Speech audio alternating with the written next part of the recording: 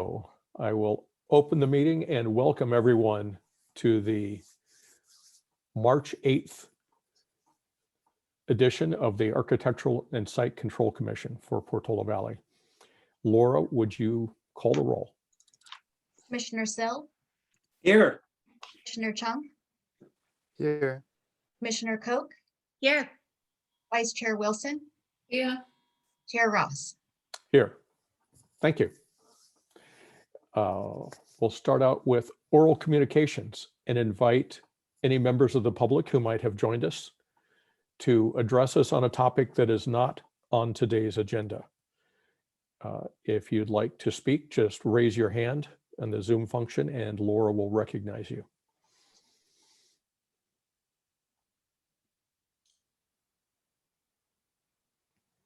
And I do not see any hands up. If we just want to wait a minute, there's no one on the phone, so anyone in Zoom, use the raise your hand function to provide a comment.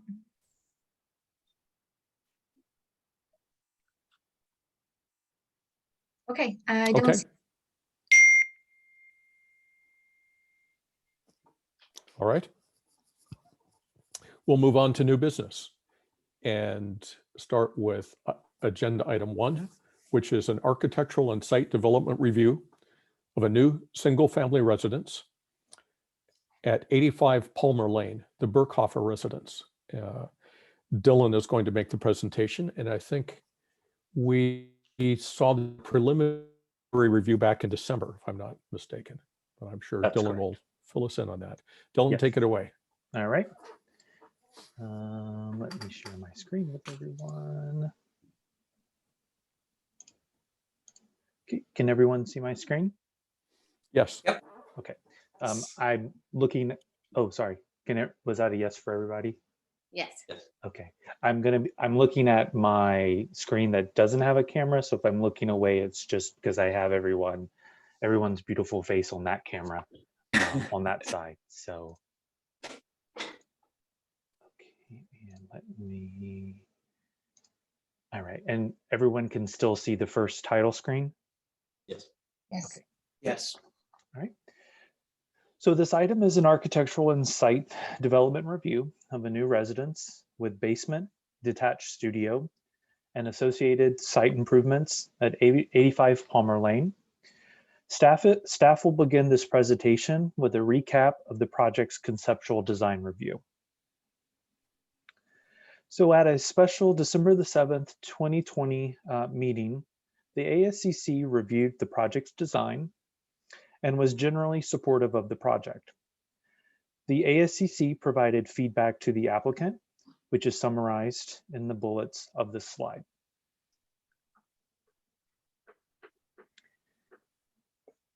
Based on the ASCC's feedback, the applicant submitted revised plans on December the 23rd, 2020. The revisions to the plans are summarized in the bullets of this slide as well. Staff would like to note that there is a recommended condition number 5 of approval that would address the lighting controls feedback. And so with that recap of the conceptual design review completed, staff wanted to turn now to the subject property and the proposal. Oh, sorry. There we go. All right, so the subject property is a 1-acre gross parcel with westerly street frontage along Palmer Lane as you approach the cul-de-sac. A 2,690 square foot residence and 8,833 square feet of impervious surfaces exist on the property. The existing building site is relatively flat. However, the property has significant slope outside of the site area. The average slope for the property is 16.72%.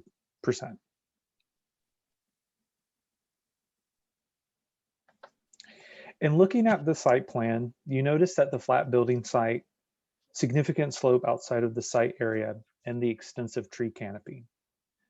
No trees are slated for removal in the project's scope of work. The proposed structures consist of a The new proposed structures consist of a 107 square foot residence, a 640 square foot attached garage, and a 352 square foot detached studio.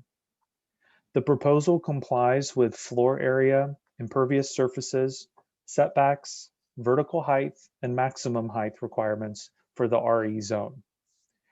The proposal also qualifies for a 5% single-story floor area bonus given its 18-foot vertical height and slightly under 22-foot maximum heights.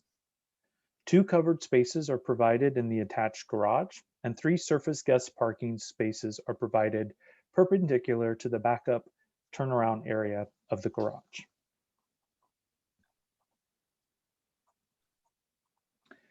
The proposal also reduces the impervious surfaces from an overage of 8,833 square feet to a conforming 7,017 square feet.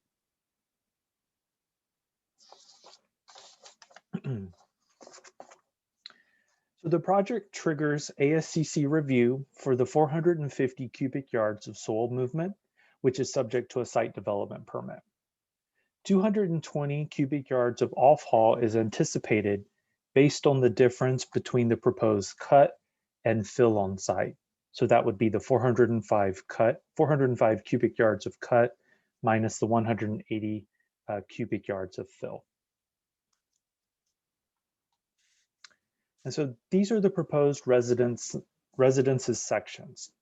The red hash line indicates the 18-foot vertical height limit for the 5% floor area bonus. And these are additional sections from a different vantage point.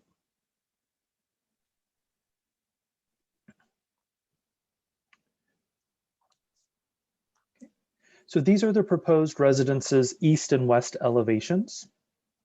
The left-hand measurement line indicates the 24 feet maximum height limit for the 5% floor area bonus. And then these are the south and south-facing auto court elevations.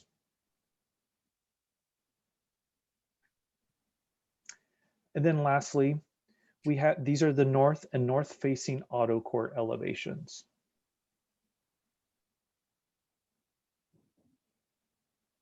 So now turning to the proposed exterior materials and finishes. So this slide details the various materials and finishes proposed, such as a standing seam zinc metal roof, horizontal cedar wood siding, and limestone wall siding. The proposed materials and color palette conform to the town's design guidelines with respect to natural materials and low light reflectivity values, or LRV.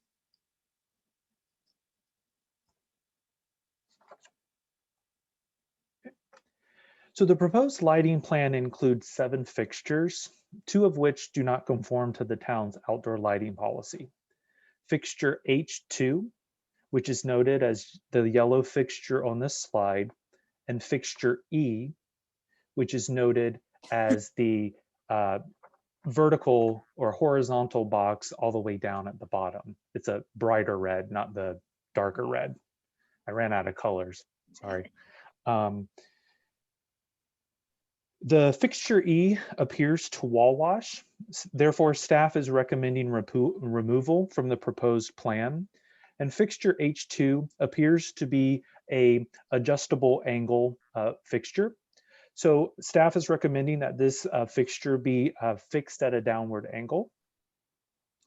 And additionally, staff has recommended a reduction in fixture quantities across the lighting plan. So this is noted as the red strikeout throughout the lighting plan shown on this slide. And the recommended reductions are further detailed on page 4 and 5 of the staff report. So if ASCC agrees with these recommended changes, it could place an additional condition on the project for the revised lighting plan to be reviewed by an ASCC member prior to building permit submittal or issuance. And staff wanted to note fixture G. In the staff report, it notes a 10 count. There is actually one at the studio, so that is 11 counted. And then fixture NI, there is a 19 count. I believe it says 18 on the staff report. So now turning to the landscape plan. So the proposed landscaping plan is robust and augments the existing mature tree canopy and vegetation on site. 11 Chinese pistache trees, which are noted as the green circle on the slide, will be planted close to the residence, while one large coast live oak, the light blue circle at the right-hand corner of the screen, will anchor the right-facing guest parking area as you approach the residence. 8 additional coast live oaks are proposed close to the detached studio to augment existing screening along the site's southeasterly street frontage along Palmer Lane. The proposed turf area in the rear yard, which is noted as the red hashed area on the slide, will be modified to a native seed mix area. Otherwise, the project will be subject to installation of either a gray water or rain catchment system in accordance with the town's green building ordinance. Staff has included this revision as recommended condition number 6 on the project.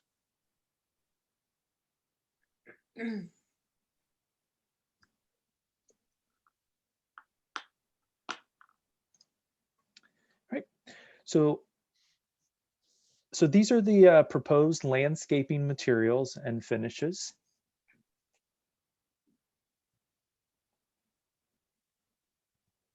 And so now turning to fencing, 2 types of fencing are proposed for the site.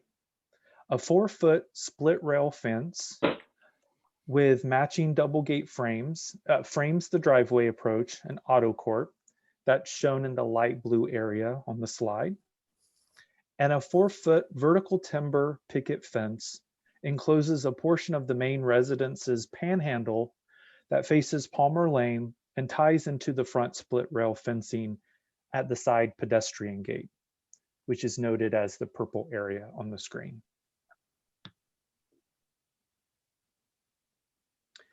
And so here are the fence details for both the vertical timber fencing and the horse fencing and the entry gate proposed. Okay, so turning to noticing and public comments, notices were sent out to properties within a 300-foot radius of the subject property on February the 26th. 1 comment was received and included as attachment 11 of staff's report. No other comments have been received. And so with the site and proposal discussed, staff will now discuss the required findings for the architectural and site development permit approvals.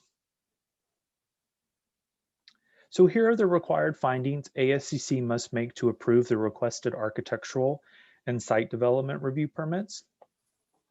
Staff concludes these findings could be made by ASCC, particularly with the recommended revisions to the lighting plan as detailed in staff's report. And here are the required findings ASCC must make to approve the requested light well size. Staff concludes that the property's slope and the recommended reduction in lighting inside the light well ensures the increased size is not visible from nearby properties, either existing or developed in the future.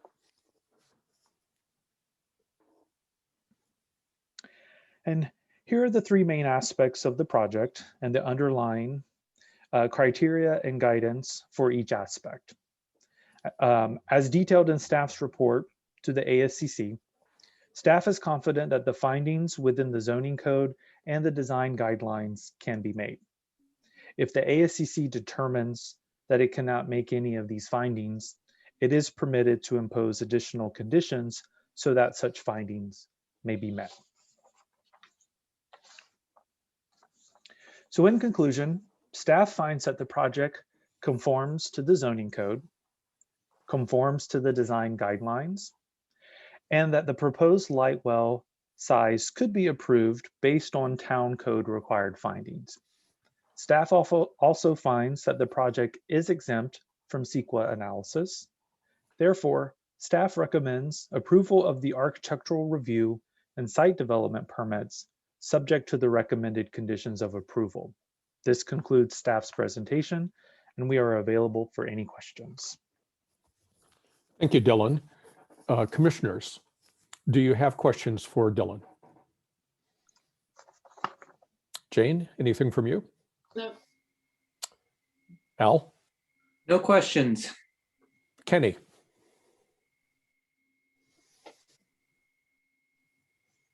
While Kenny's thinking about it, we'll ask Megan.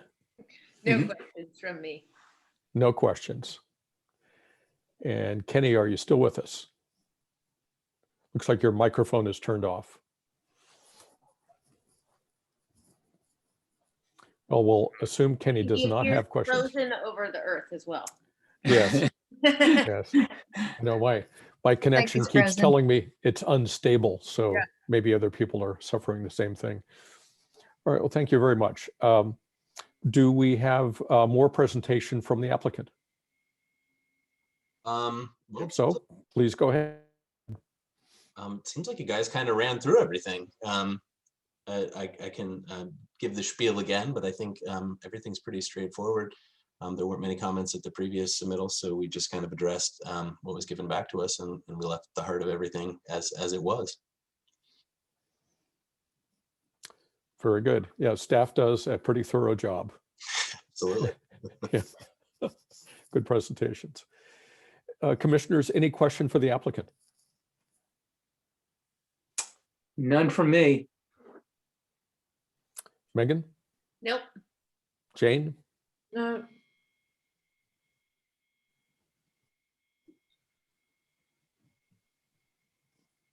Questions, Jane? No, I said. Oh, okay. And Kenny, anything from you? And again, I think your microphone is questions off, from me. Kenny. Oh, there you are. Great, no questions. All right. I'd like to open the public comments portion of this item and invite anybody from the public who's attending today to address us. And Laura will check for hands raised. Okay, we have a couple of hands up. First is Caroline Vertonghen.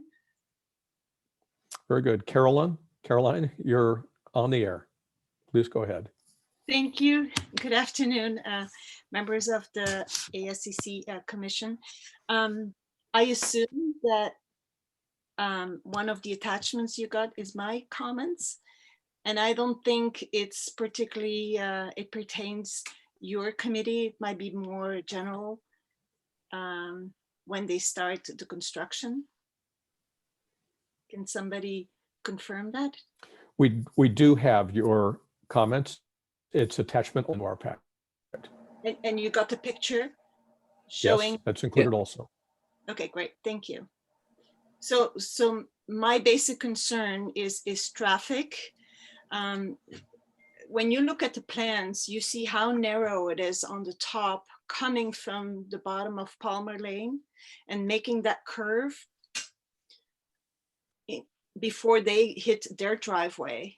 That is very narrow. And so we also have that cul-de-sac by 60 and 70. And sometimes people need to park their car on the street, and usually it is in front of our gate or on the side of the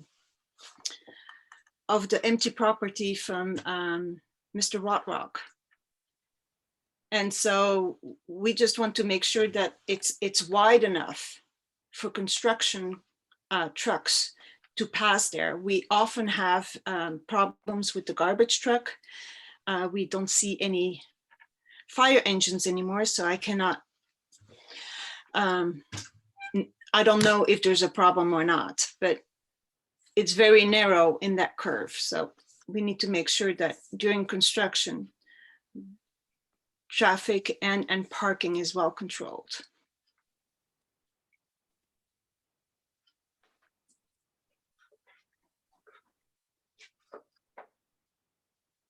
Caroline, are you still with us? Or am Yes, I I still with am. you? Oh, all right.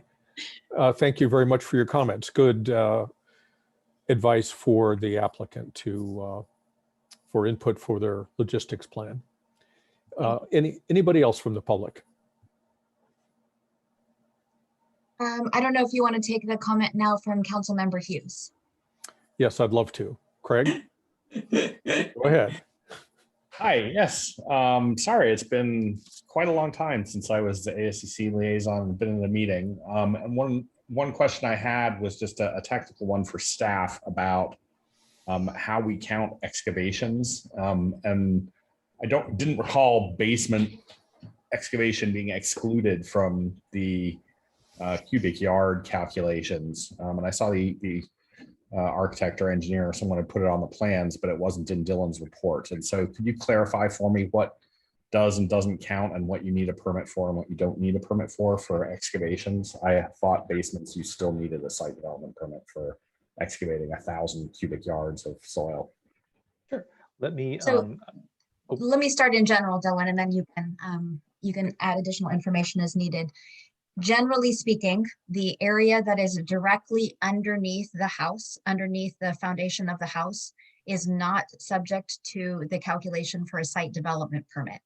So we keep track of it for the total grading, but it does not go towards the calculation for whether the site development permit needs ASCC approval or Planning Commission approval.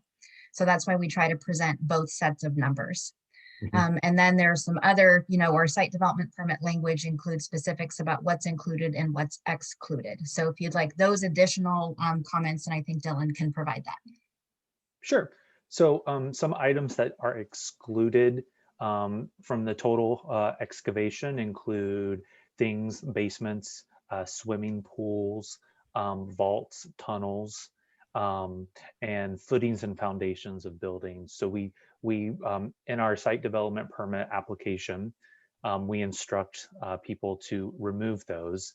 Oftentimes, civil engineers will include that information as Laura alluded to, but when we run it through our equation, as I noted on the slide, that's really what determines what level of review we look at.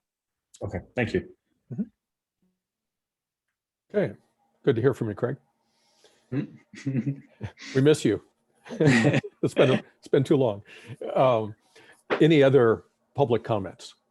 We do have others. This is the name is a shortened, electronic version, but we'll go ahead and allow them to speak and then they can introduce themselves.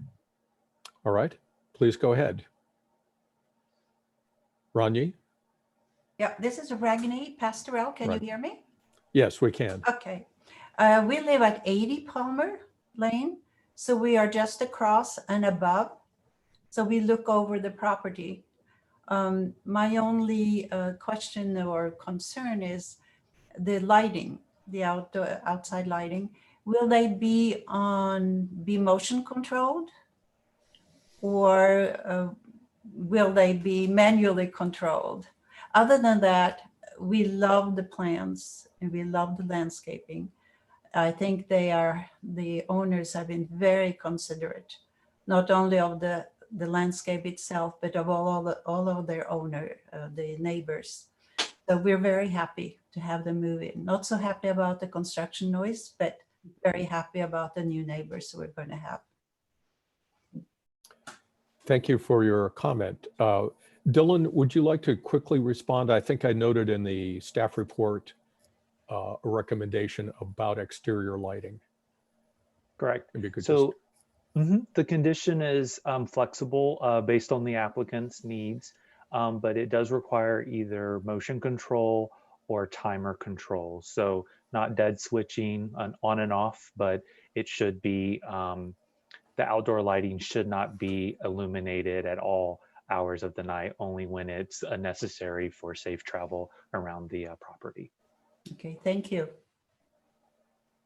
Thanks, Dylan. Laura, who's next up? Next is Carrie Brown. Very good. Carrie, please go ahead. Hello, can you hear me? Yes. Hi, I'm Kerry Brown. I live at 70 Palmer Lane next to Rogny and sort of one house removed from Caroline. And I echo their statement, specifically Caroline's, regarding the use of construction vehicles that may be parked on that curb. That has happened in the past, which makes it very difficult, especially for us as we exit our long driveway directly onto Palmer and it's perpendicular looking onto the property. When there's construction vehicles there, generally we're fairly safe for people in the cul-de-sac because nobody's driving really fast. But delivery vehicles sometimes try to go fast. So we echo that concern that if there are a lot of vehicles, construction vehicles parked, that they can be parked somewhere on the property or off near the front of the property or somewhere in the cul-de-sac rather than on that very sharp, almost 90-degree bend at the very top of Palmer. The second thing is the fencing. And I looked at it very quickly on your slide. There presently is log fencing, sort of log style horizontal logs, which is fairly attractive. It's been there for a long time. It's only partially, extended on the property. And I'm curious as to whether, just curious as to whether the horizontal logging will be extended or whether you'll just change to a different type of fence, such as the vertical plank fencing. I saw both options in your diagram there on one slide very quickly. Do you have any information on that at this point? Thank you for your question, Carrie. There are two types of fencing, both being used on this property, and perhaps the applicant could, or actually Dylan included this information in the presentation. So Dylan, would you like to clarify there? Sure, and let me bring up the slide again. So let me share my screen. Let me go to it really quickly. And folks on the phone may not be able to see, so. Okay, I guess for the benefit for the people who can see as well. So the first style of fencing, which is on the right-hand side, it's the vertical timber fencing. It's similar to like a picket fence. It's going to be dark stained. So it has a 6-inch spacing. It's off center. And it's partially enclosing the site, predominantly around that panhandle, as I mentioned. And then the second, which is more aligned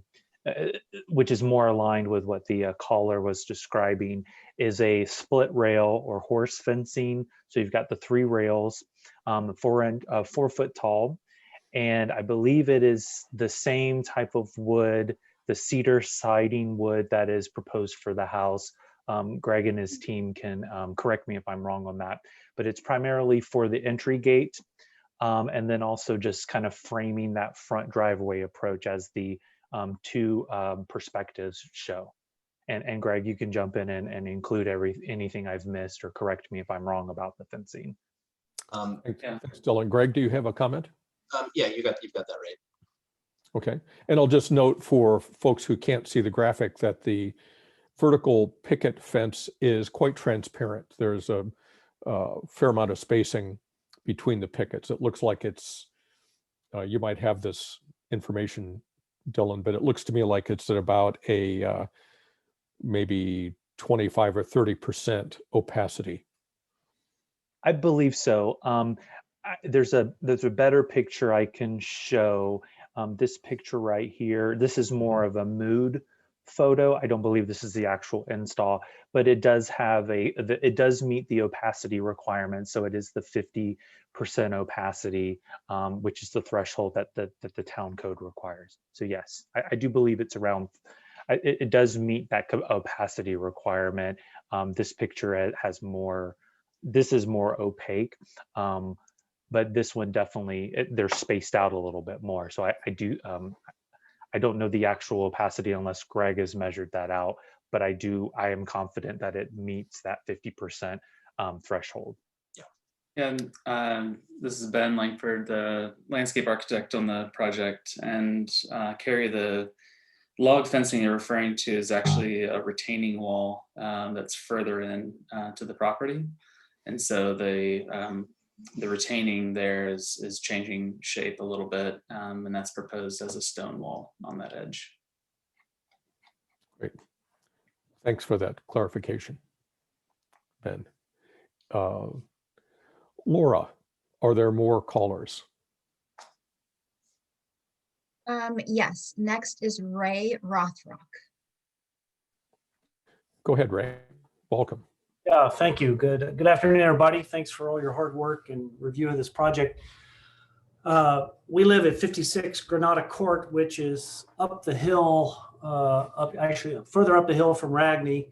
The lot right across the street is in front of our property. So we're about 300 feet south of 85 Palmer, but uphill considerably. So we look down on the roof, all the lighting and fencing and everything. I just think it looks great. I think the suggestions were very positive, and I'm glad the owners agreed. And we're looking forward to a much nicer view down our hill. Right now, there's an old house that's falling apart, and we'll get rid of those whatever you call them, the construction things to show it. So it looks great to us. I just wanted to put that in the record. Thank you. Great. Thank you, Ray. Laura, anybody else? There are no other hands up at this time. We'll give it a few seconds.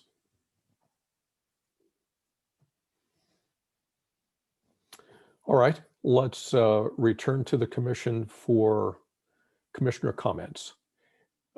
And Jane, would you like to begin? Yeah, fine. Sorry. Yes, I like the property. I like the way that you've restricted the impervious area so that we've actually got less of it than we do now. I think it's a good suggestion of the town read a native seed mix, but I really do want to emphasize the need for the applicants to focus on the removal of the invasive species, namely star thistle, on the adjoining lot, which I believe is also theirs, because that can and will spread to the other property and trails if not dealt with quickly.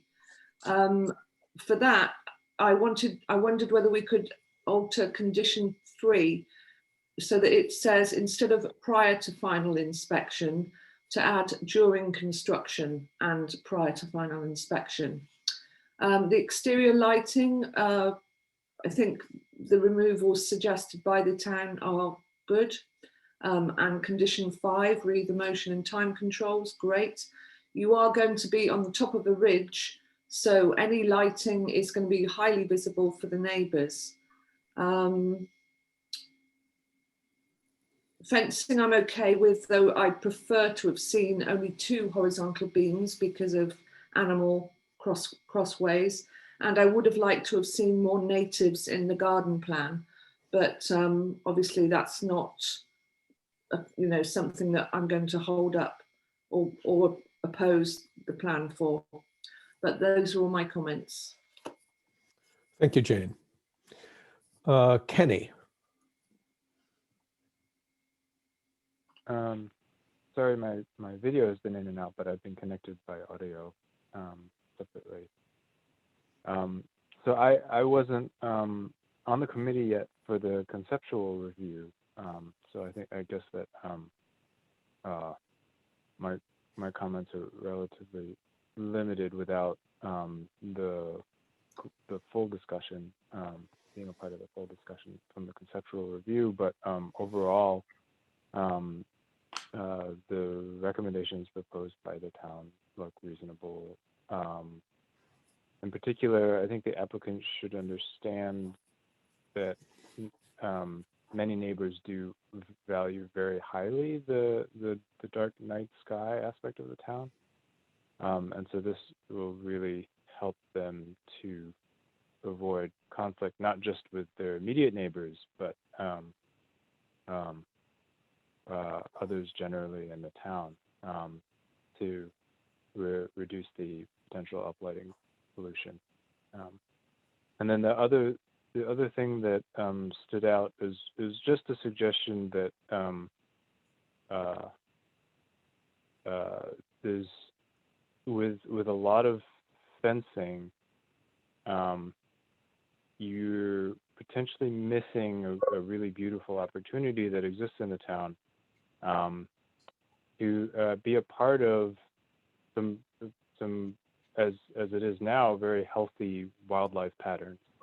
And it's a really wonderful thing about the town that you don't get in many neighboring towns, where the different seasons and stuff show up and are evident in the environment.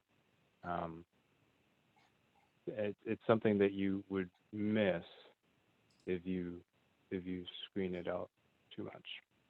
And so both of those aspects relate to the design guidelines as far as they recommend in those areas. And so beyond those two items, it stands out that it's great that the neighbors are involved and have provided input. And so the specific concerns, I think, should be made a part of the plan regarding construction vehicle staging. I think these are exactly the kinds of problems that can be nipped in the bud during this phase. So that's it for me. Great. Thank you, Kenny. Al, or Kenny, did you have more? No. Oh, okay, great. Thanks. Al, what are your thoughts? Okay, I think that this is really a wonderful project. And just starting with the piece of property is exceptional, and I think that the applicant has proposed just a beautiful design, good siting, attractive materials. I love to see that it's essentially a single-story house. I think that's exactly what's called for on this site. It's great to see that the existing trees aren't being impacted. I think that the horse fence and the entry gate and the vertical timber fence all really look great, and they work well together. I do have a few concerns. I'm a little worried about all of the stone retaining wall.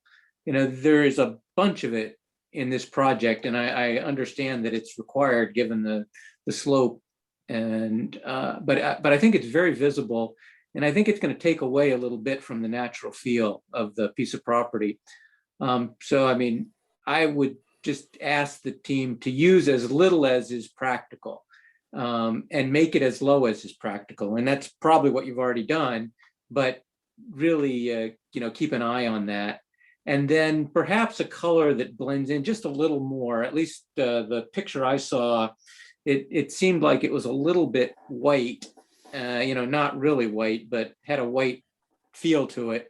And I think that the more tan or brownish that you can go, the more it'll blend in for most of the year. Because I do think that it's going to lose a little bit in terms of the beauty of this piece of land.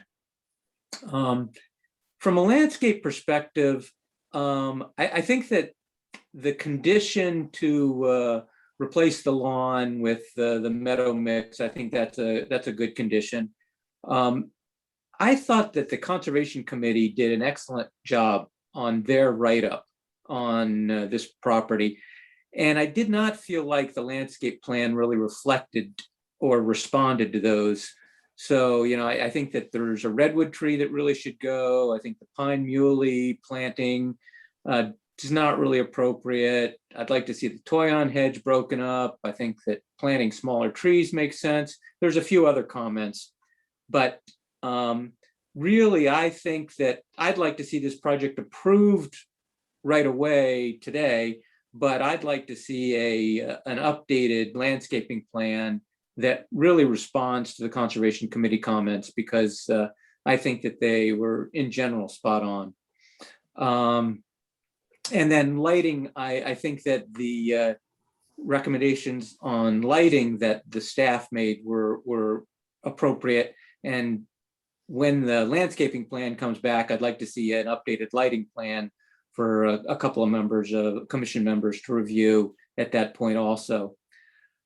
I think that the staff analysis was good. The proposed findings for the zoning code and design guidelines all made sense and were quite good. I don't see any problem with the light wells.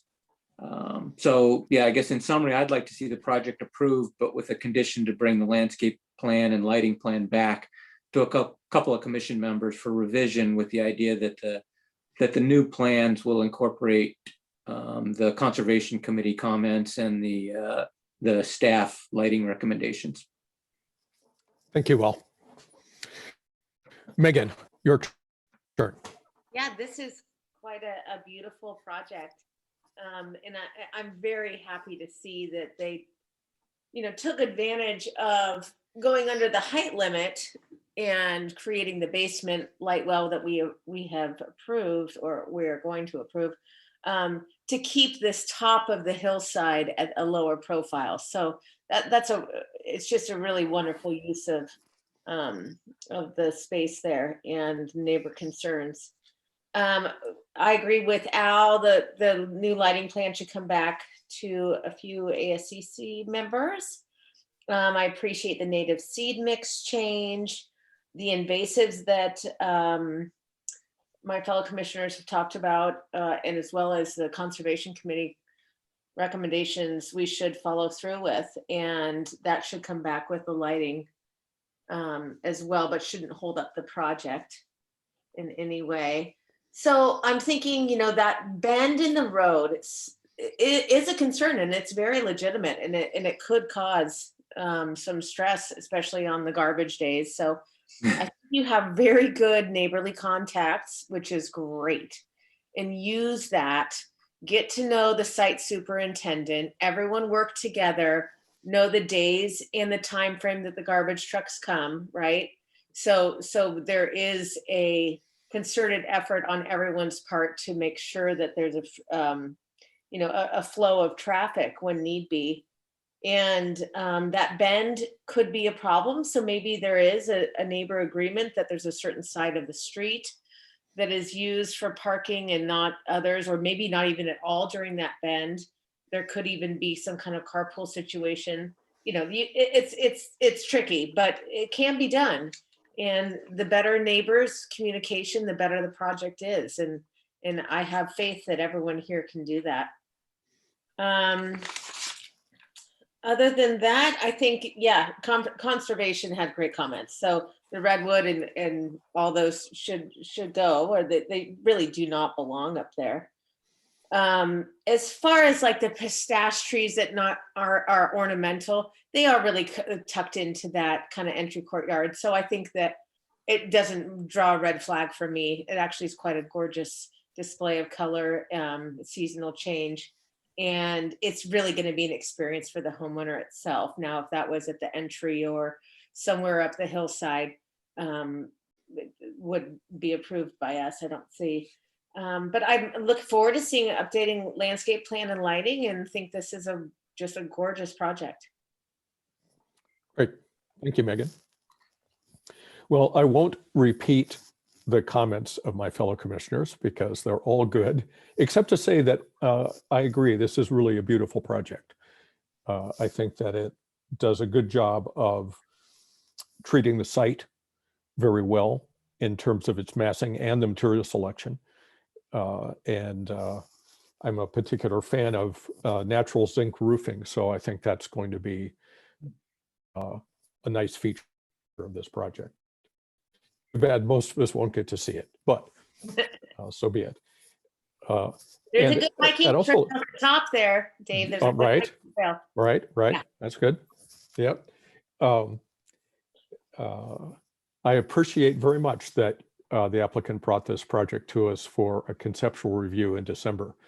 I think that the input from that meeting, first of all, it was already a good project, but there were some sort of key items that we discussed that I see reflected in this revision, and I appreciate that very much.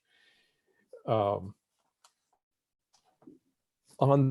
the stone retaining walls, I share Al's concern.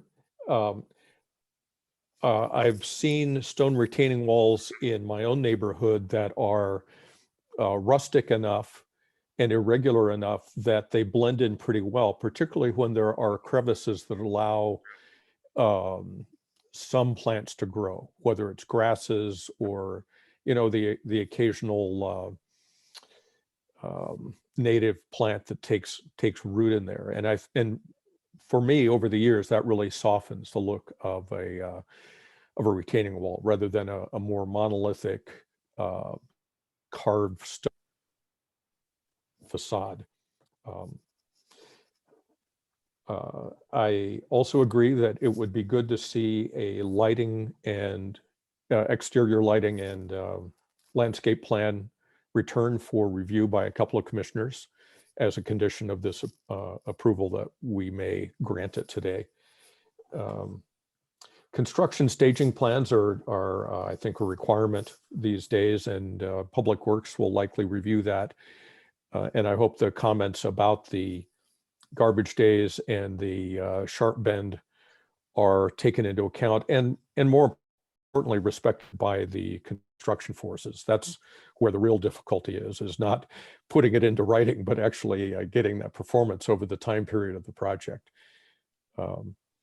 But I would encourage in the construction signage the addition of a telephone number for you know, an emergency contact in case there's issues about blocking the street that need to be resolved immediately.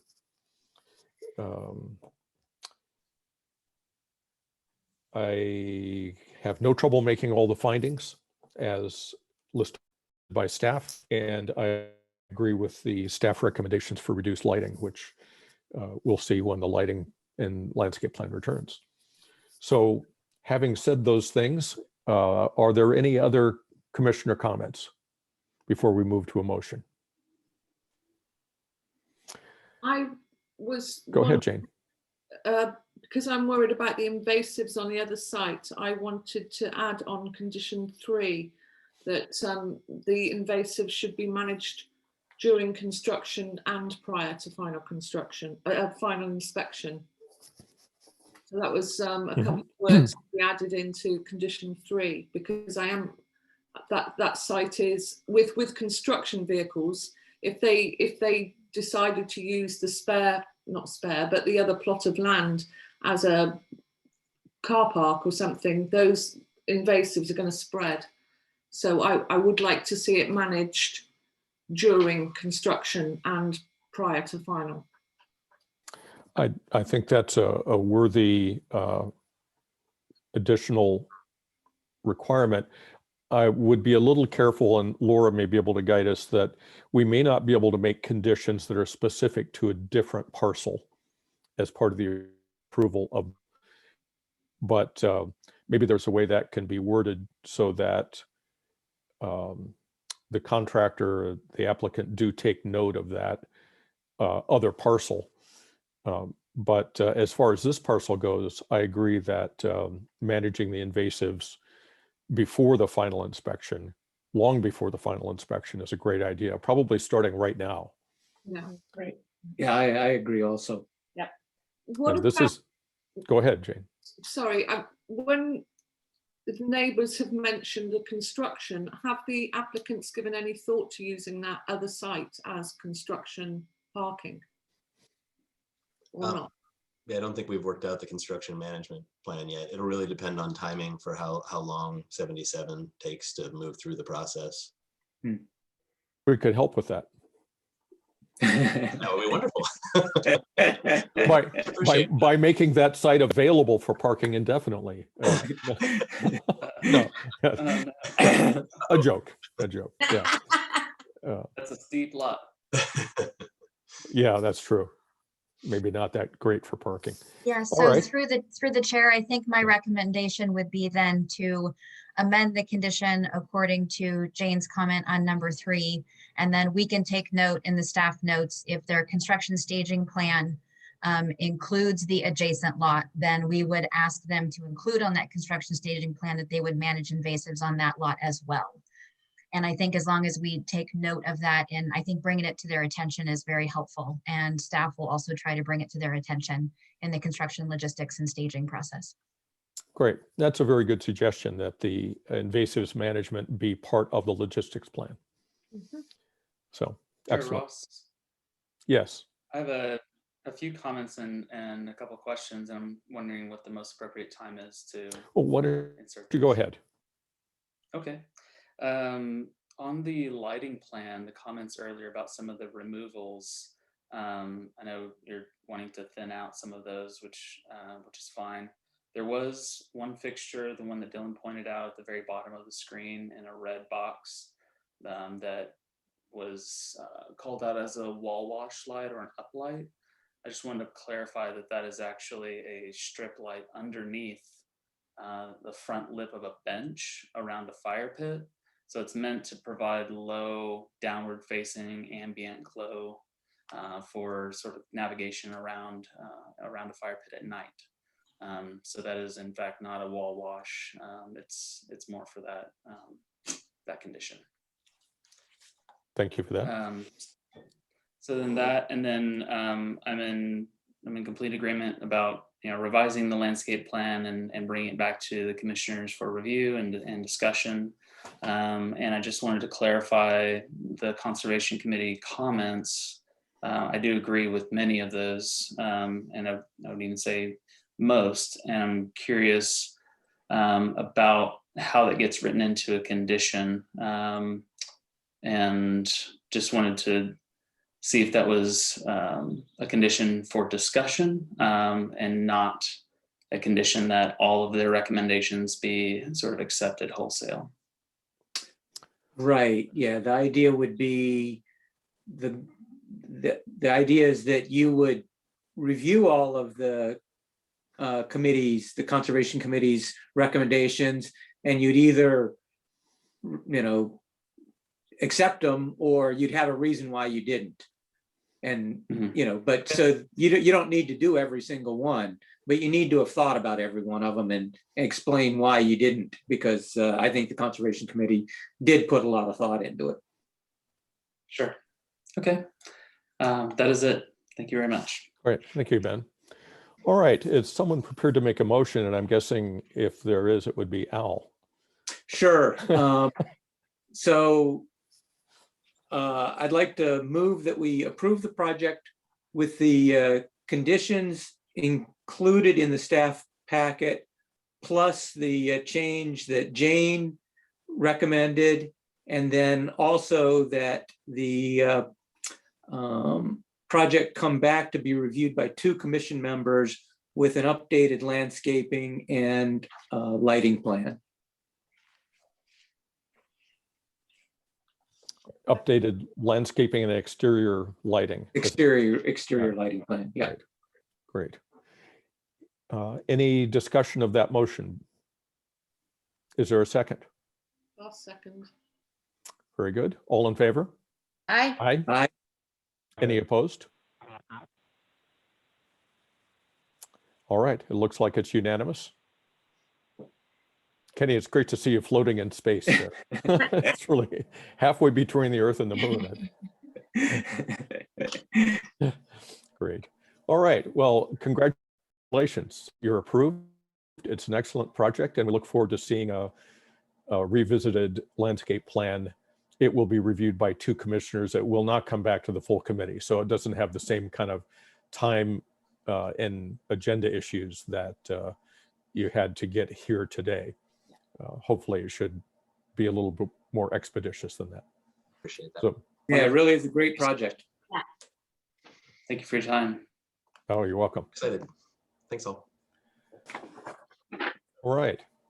Let's go back to the agenda. And our next item of business is to appoint an ASCC member to the Ad Hoc Wildfire Preparedness Committee. So I just wanted to briefly give a little bit of information. Sorry, people are dropping off my, you know how the boxes move around. Okay. Right. So I think you're all aware that the council formed the Ad Hoc Wildfire Preparedness Committee in 2019 to advise the town council. It's a limited duration committee at this time, could potentially be a permanent committee in the future. The idea is to reduce wildfire danger and increase resident resiliency in a wildfire emergency. So in its description and its charter, the committee includes one member of the ASCC to provide support and information related to design guidelines, home hardening, and things that are related to the ASCC's mission. So Al has stepped down from the committee. So we need to appoint another ASCC member to join that committee. And I don't know if Al wanted to provide any information in terms of, the meeting and the commitment and what an ASCC member could expect by participating. That might be helpful. There are parts of it that are incredibly interesting when you get into talking about how design guidelines need to change, what sorts of things should be done in terms of materials and landscaping for fire safety. So those parts of it are really great. There are a number of things that come up in the wildfire prep space that I did not find to be particularly interesting to me. There's a lot of time spent on evacuation plans, communications, cutting back trees along roads for evacuations, insurance issues. So the reality is, while there's a chunk of it that's relevant to ASCC, there's a big chunk that's not particularly. If you happen to be interested in those things, that's great. But it was quite time consuming, I thought. And then just from a personal point of view, I've got a number of trips planned later this year, and between the ASCC and then trying to coordinate with my wife on the Planning Commission, I was just concerned I was going to miss quite a bit of time if I stayed on the wildfire prep committee. So it's not a good fit for me this year, but it is quite interesting when you start talking about what, from a building perspective, can be done to reduce the risk of wildfire. And the committee does have a subcommittee structure so that an ASCC member could engage with those topics that are most relevant to the ASCC's work and or most interesting to that person. Yeah. Great. Well, thanks for those clarifications and for your candor, Al. If you want to leave the committee, then you should be boosting it instead of talking about how time consuming it is. But in any event, I'll bet there's somebody on our commission that would really like to be on that ad hoc committee. So that might be. I'm already on the Stanford one. Uh-huh. So. And maybe that would be a good combination to be on both, but it might also be pretty time consuming. It might be our #1 wildfire discussion we have this year. Megan or Kenny, is either of you interested? I'd rather not with a take 1 month on old and a another That's item right. on my plate right now, but Kenny, way to dip Kenny, your toe in the water Kenny here. with a 1-month-old child. Yeah. yeah, with a 1 month old and a 2-year-old who's at home, I think I should I can anticipate that my boss at home will not allow an addition to these responsibilities for the time being. So Al, go over the time requirements again.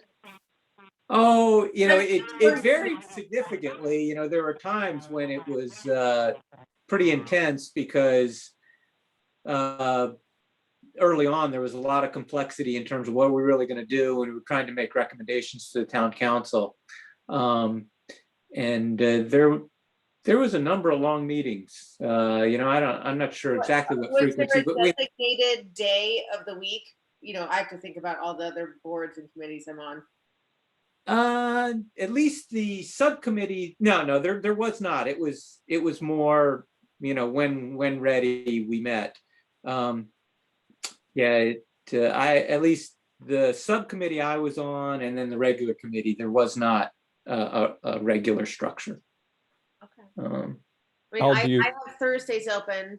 Mondays are reserved for ASCC, and then I have 2 other boards that are my Tuesdays and Wednesdays. And then I'm raising. So, and obviously a whole bunch of dogs. As you guys have heard. So, I mean, if there's a Thursday slot, Thursdays are available for me. But I mean, we could give me a shot, I guess. Al, do you think that the time requirement moving forward is going to be different than it has been now, or do you think it's going to stay about the same? And who else is on this committee? Oh, let's see.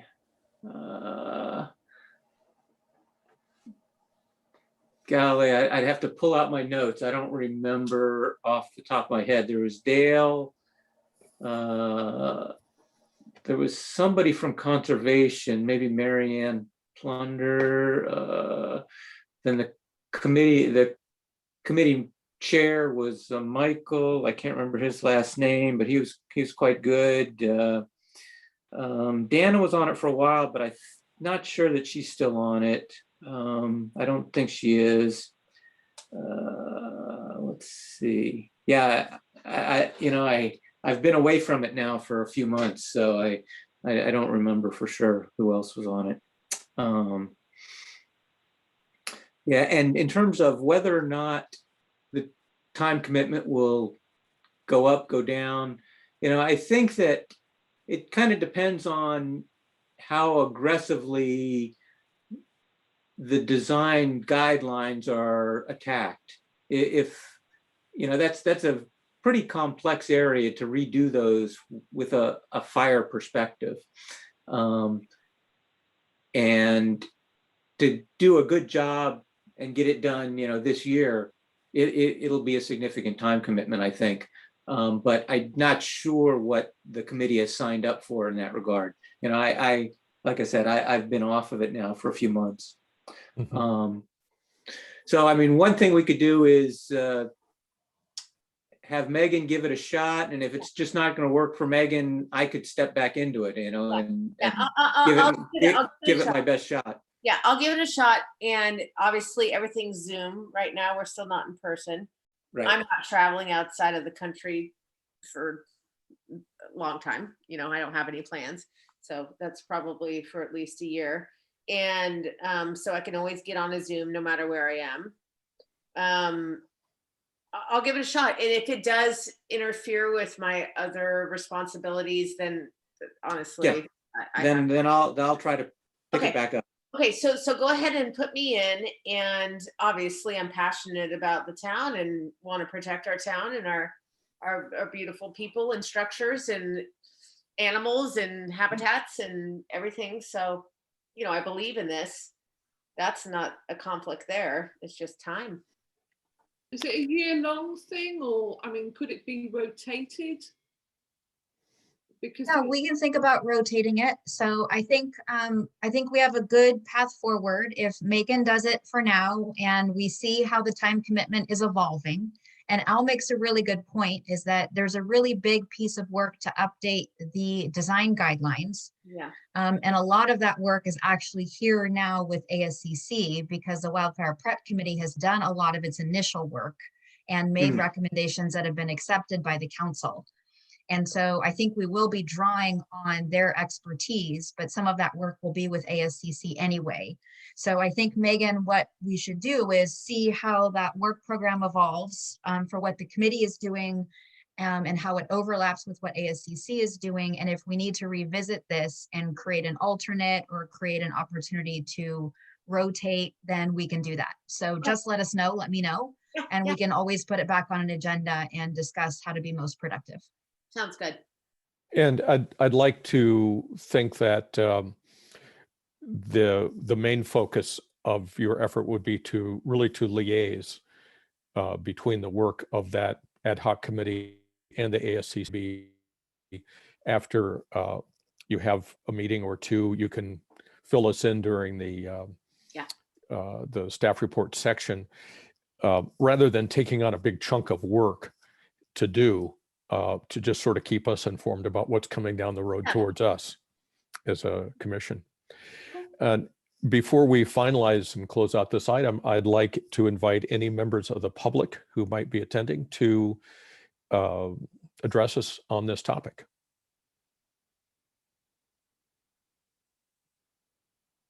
There is a hand up. Caroline Vertonghen. Very good. Caroline, go ahead. Thank you for taking my comment.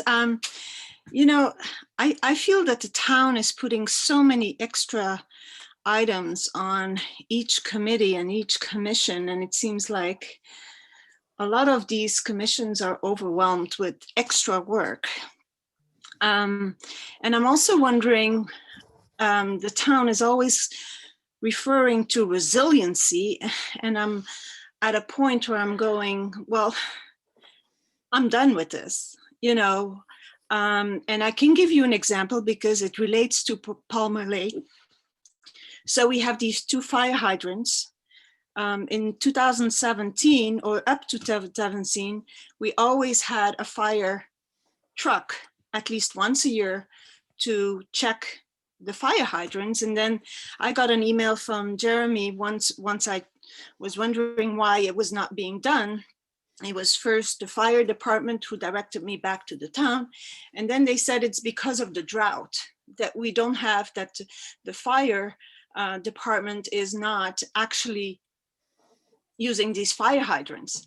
So we can talk about fire safety and whatever, but if we don't have a fire department that's going to be able to reach our houses, what's the point?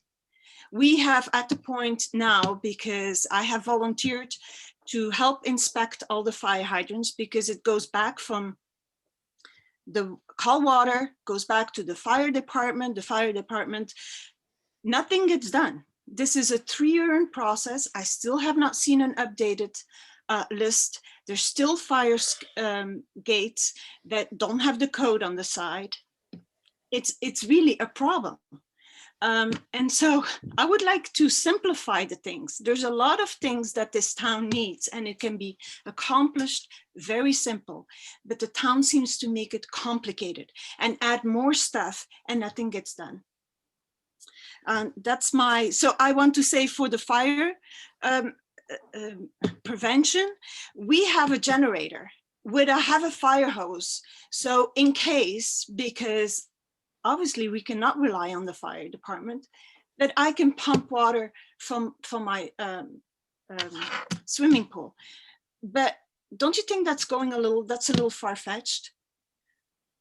I'm hoping that, you know, we pay for the basics, and safety is one of the things. And I was hoping that the town would simplify things and take that in consideration, take that first before adding other items for every other committee to be done. Because once again, now this will be delayed because now you have to put new materials on it. I mean, that's my opinion. So thank you for listening to me. Thank you, Caroline. I'm sure staff in their conversations with Woodside Fire Protection District would be willing to forward residents' concerns about fire hydrant testing and lock codes and so on, just as a fundamental issue in fire safety. It is a great thing, I believe, to be looking at this holistically, but also we shouldn't forget the very basic fundamentals. If the hydrants don't work in the event of a fire, then we have bigger problems than simply resiliency. Anyway, thank you for your comment, Caroline. Anybody else? There are no other hands up. Very good. All right, well, we'll close that item, and thank you very much, Megan and Al, for stepping into and keeping us informed and the ASCC represented on that committee. Yeah. Let's move on to commission reports. Item 3 on our agenda. Have any commissioners had any activity in the last few weeks to report? None for me. None for me. None for me. Kenny, Jane, anything from you? All right. I don't think I have. If I did, I've forgotten, but I'm pretty sure I didn't work on anything since the last meeting. So let's close that item out unless there's somebody from the public that would like to make a comment about that. We should check that. We're now doing this just so everybody knows we're making an effort to invite public comment for every agenda item. Okay. It seems like a good thing to do now that the meetings are much more accessible to people remotely. All right, if no public comment on that one, we'll close it out and move on to staff report, item 4. Great, Go ahead, thank Laura. you.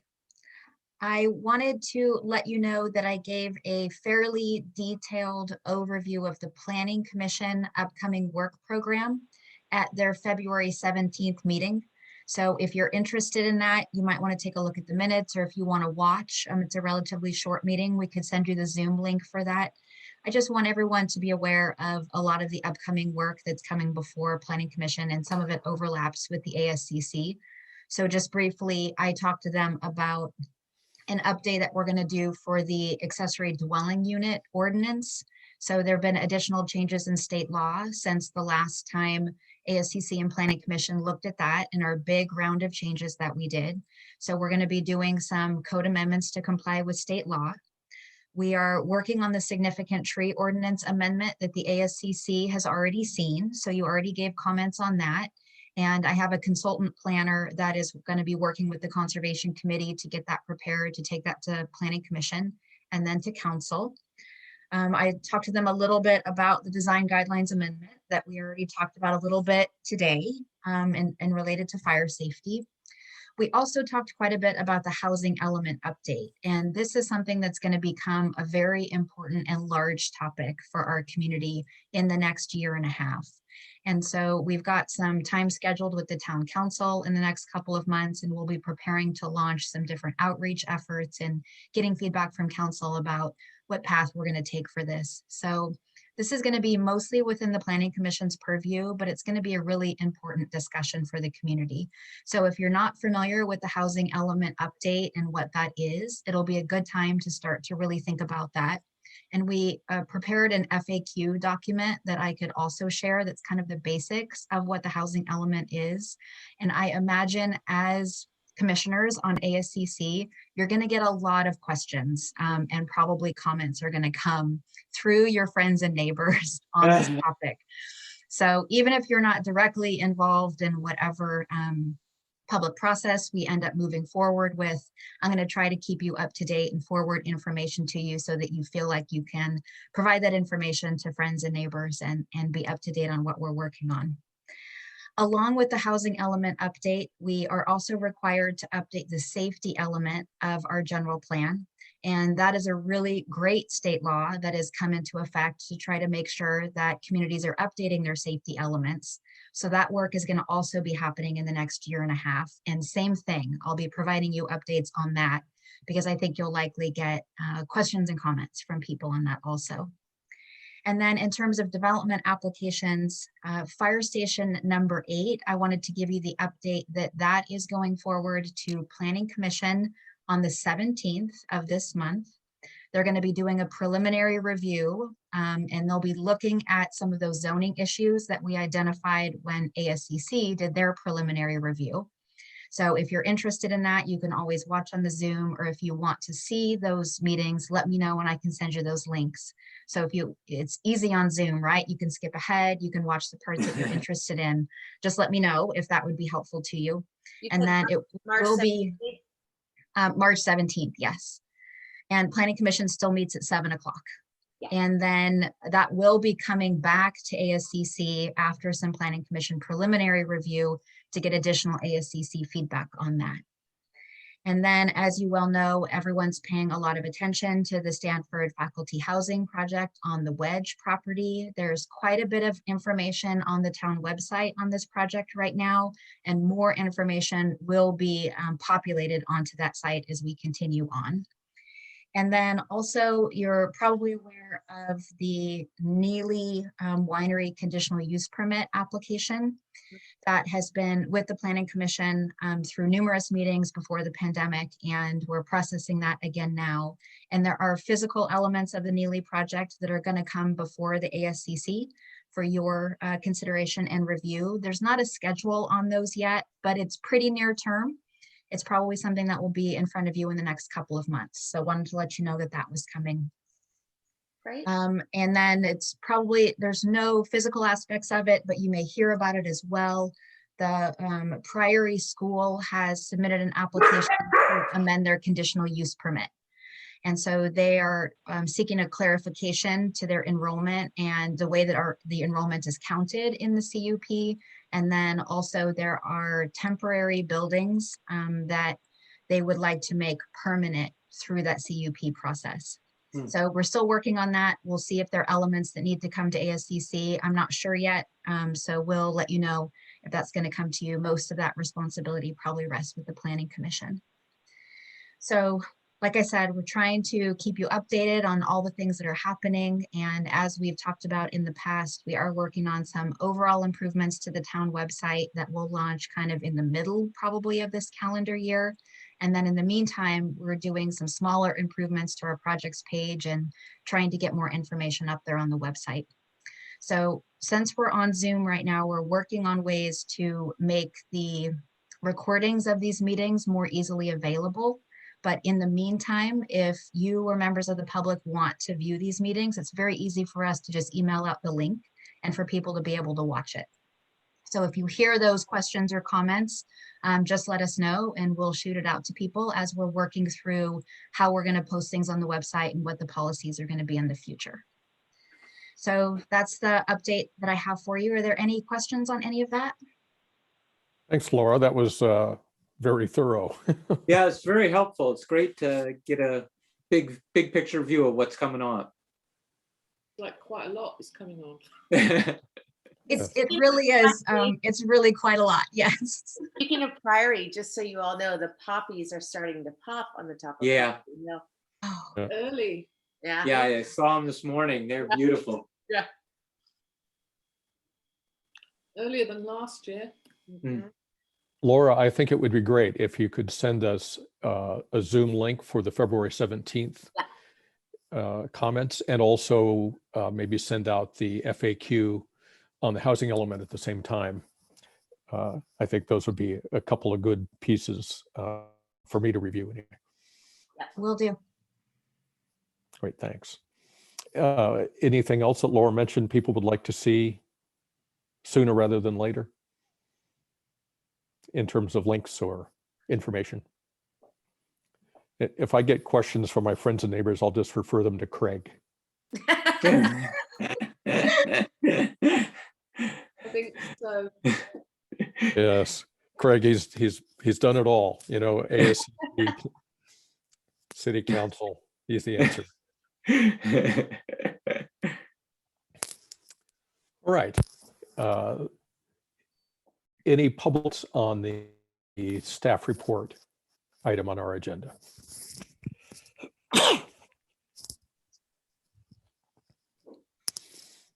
Laura, no Not hands seeing raised? any.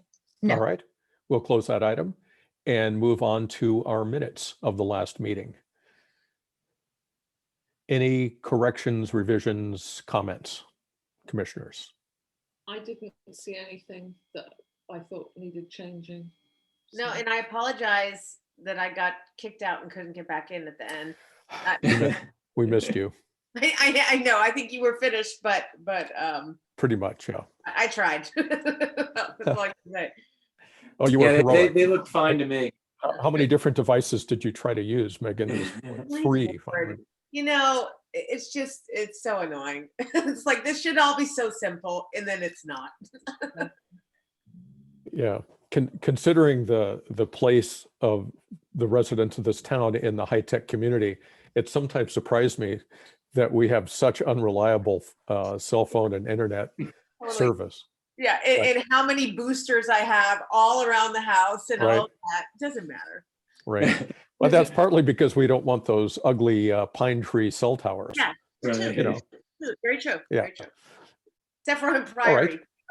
Priory, remember? We approved those. well, the Priory, yeah, all right. So do I make a motion to approve the minutes of February the 22nd, 2021? Thank you. Is there a second? I'll second that.